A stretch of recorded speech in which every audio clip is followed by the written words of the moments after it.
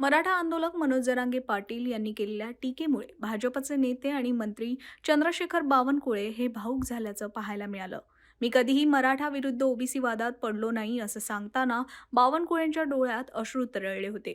तर बावनकुळेंनी आपली कौटुंबिक पार्श्वभूमी सांगितल्यानंतर आता मनोज जरांगे यांची प्रतिक्रिया समोर आली आहे.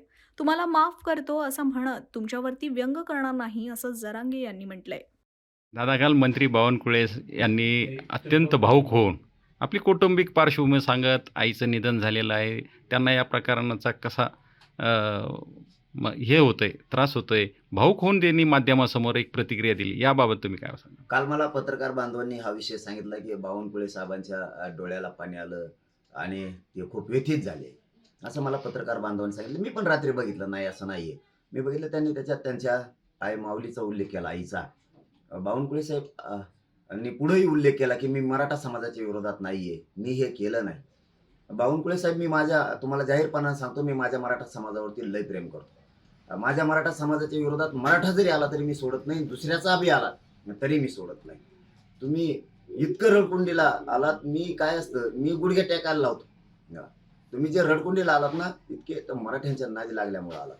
मला इतकं बोलायची तुम्हाला गरज पण नव्हती, कारण तुम्ही चूक केली. हे बघा, तुम्हाला एवढं रडकुंडीची यायची वेळ याच्यामुळे आली की तुम्ही परळीच्या टोळीच्या नादी लागलात. त्यांचं ऐकून तुम्ही एवढा मोठा अपराध केला की तुम्ही मराठ्यांच्या लेकरांचं वाटोळं केलं त्यांचं ऐकून. तुम्ही हे त्यांचं ऐकायला नको होतं. तुम्हाला आणखी नाही जाहीरपणे सांगतो, इथून पुढं तुम्ही त्या टोळीच्या नादी लागून त्यांचं ऐकायचं नाही, ते तुमच्यापाशी दिसले सुद्धा नाही पाहिजे. कारण तुम्ही काल जे व्यथित झालात, आम्हाला पण वाईट वाटलं. मला सुद्धा, मी रात्री बघितलं ते की तुम्ही तुमच्या आईचं नाव घेतलं. शेवटी ती मायमाऊली, आई ही आई असते सगळ्यांची. तुम्ही आईचं नाव घेतलं. आमच्यावरती मराठ्यांचे संस्कार आहेत. तुम्हाला पहिल्या वेळेस आम्ही माफ करतो, तुम्हाला सोडून देतो. तुमच्यावरती व्यंग मी करणार नाही इथून पुढं. कारण मराठी आहेत, आम्ही एकदा दोनदा माफ करतो, सोडून देतो. पण याच्यानंतर जर चूक झाली तर सोडणार नाही तुम्हाला. पण हेही सांगतो की तुम्ही 28 ऑगस्टच्या आत तुम्ही पत्र देऊन केलेली चूक दुरुस्त करा. 4ही प्रमाणपत्र आमचे तुम्ही राजकीय दबावापोटी शिरसाटणी तुम्ही रद्द केले, त्यालाही त्याच्याकडेही बघणार आहे, सोडणार नाही. पण तुम्हालाही जाहीरपणानं सांगतो की तुम्ही केलेले प्रमाणपत्र ते रद्द केलेले ते वैध करून पुन्हा द्या. आमचं काहीही म्हणणं नाही, काही हरकत नाही. पण 28 ऑगस्टच्या आत नसता बावनकुळे साहेब पुन्हा मी सोडणार नाही. मला सुद्धा मन आहे, मला सुद्धा भावना आहे. मी मराठ्यांचा आहे. आमचे राज्यातले मराठे, आमच्यावरती सगळ्यांवरती संस्कार आहेत.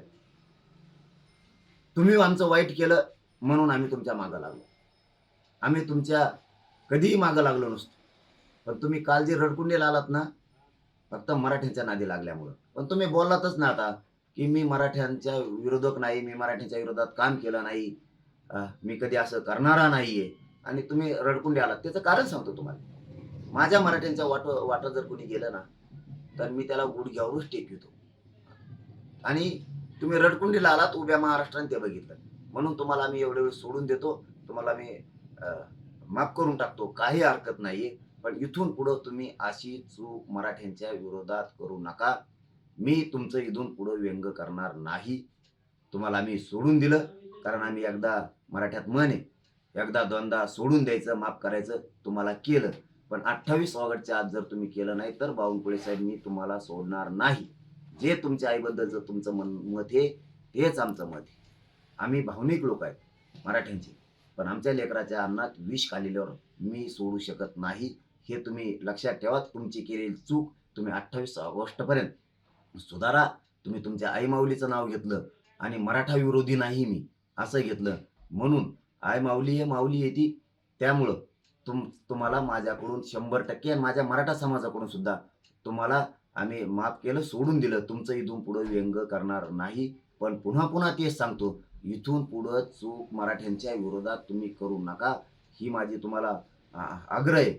आणि तुम्ही आता इथून पुढं परळीच्या टोळीच्या नादी लागून कुठाने कसलेच करू नका आणि मराठ्यांच्या विरोधात जाऊ नका. पण 28 ऑगस्टच्या आत तुम्ही केलेली चूक तुम्ही सुधारा, ते प्रमाणपत्र सगळे द्या. काही म्हणणं नाही. इथून पुढं आम्ही तुम्हाला सोडून देऊ.